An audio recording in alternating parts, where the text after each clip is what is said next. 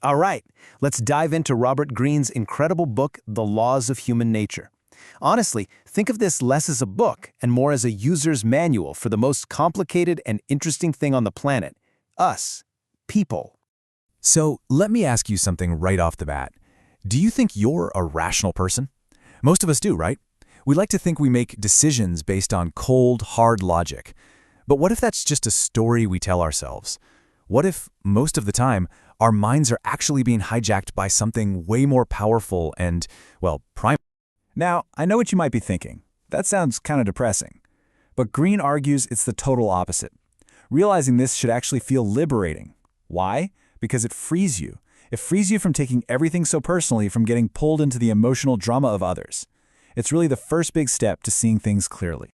Okay, so let's get to the foundation of all of this.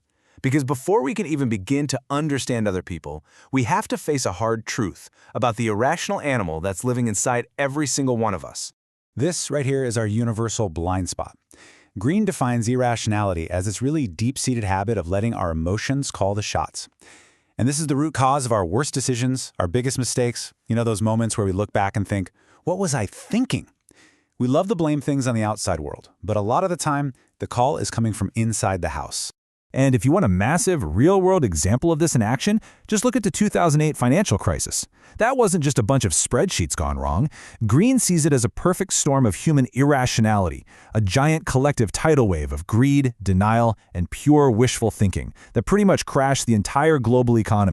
So what's going on under the hood that makes this stuff happen? Well, one of the main culprits is something called conviction bias. This is our brain's tricky habit of confusing how strongly we feel about something with whether or not it's actually true. Back in ancient Rome, there was this orator, Cassius Severus, who was a master at this. His speeches were all fire and passion, but totally lacked substance. And the crowds, they ate it up, because his powerful conviction felt more real than a careful, logical argument. It's a great reminder. The next time you feel that surge of certainty, just pause and ask yourself, is this based on facts? Or does it just feel really good to believe? And, this isn't some ancient history lesson. This trick is used on us all the time. Great salespeople, charismatic entrepreneurs, political demagogues, they all know how to use the power of pure conviction to slide right past our rational defenses. They know we're kind of hungry for certainty, and they are more than happy to serve it up. Okay, so once we start to get a handle on our own irrationality, the next step is learning how to see the true character in other people. And that means learning how to see past the performance, the mask that pretty much everyone wears every single day.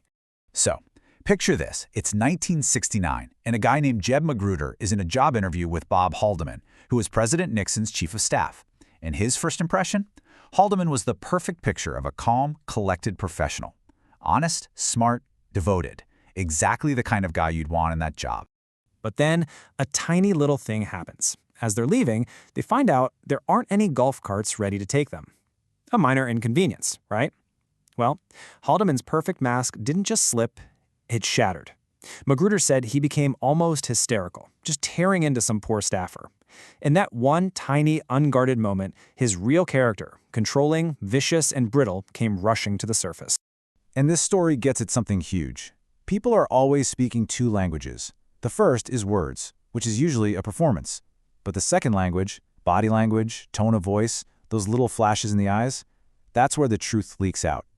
The therapist Milton Erickson learned this the hard way. He was paralyzed by polio as a young man, couldn't move or speak, so all he could do was watch people. And he became a master at reading those unconscious signals, the tiny flickers of envy or hostility or excitement that people give off without even knowing it. The key is to stop just listening and to start really watching. All right, so we've looked in the mirror at our own irrationality, and we've talked about how to see past the masks of others. Now, for what might be the most powerful and practical idea in the whole book, how to take your own character flaws and turn them into your greatest strengths. Greene gives us these two amazing case studies. On one side, you have Howard Hughes, an absolute genius, but he was stuck in a loop, repeating the same self-destructive mistakes his whole life because he could never face his own inner chaos. And then you have the actress Joan Crawford. She took a long, hard look at her weaknesses and did something incredible. She used them as the very foundation for one of the longest careers in Hollywood history. So how on earth did she do that? Well, here's the kicker. She didn't try to get rid of her flaws, she accepted them. She knew she was hypersensitive, needy, and deeply insecure. But then, instead of hiding it, she turned that sensitivity outward. It became like an antenna, helping her pick up on exactly what directors and audiences really wanted. She then channeled all that real, raw pain into her performances, which made them incredibly authentic. She didn't fix her weakness, she aimed. And that brings us to the final law, and maybe the most profound. According to Greene, the ultimate sense of freedom doesn't come from getting more money or power. It comes from confronting the one thing we spend our whole lives trying to ignore, our own mortality. Let me tell you about the writer Flannery O'Connor. She was young, brilliant, with this huge future ahead of her. And then she got a terminal diagnosis and was forced to move back to her family's farm, a place she had always seen as a total prison. But that diagnosis changed her entire perspective. Suddenly, death wasn't some abstract idea. It was real and it was close. Time became this incredibly precious resource, and she realized she had no time to waste on ego or petty worries or wishing she was somewhere else. As she put it in a letter, this horrible fate was, in a strange way, a blessing. The very thing she feared most, being trapped, is what set her free.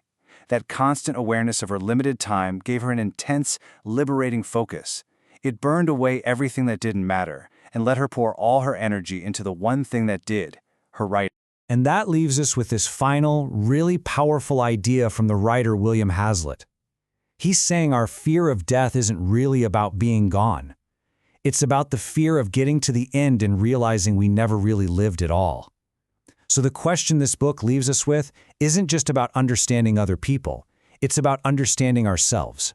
Are you spending your limited time on what truly, deeply matters to you?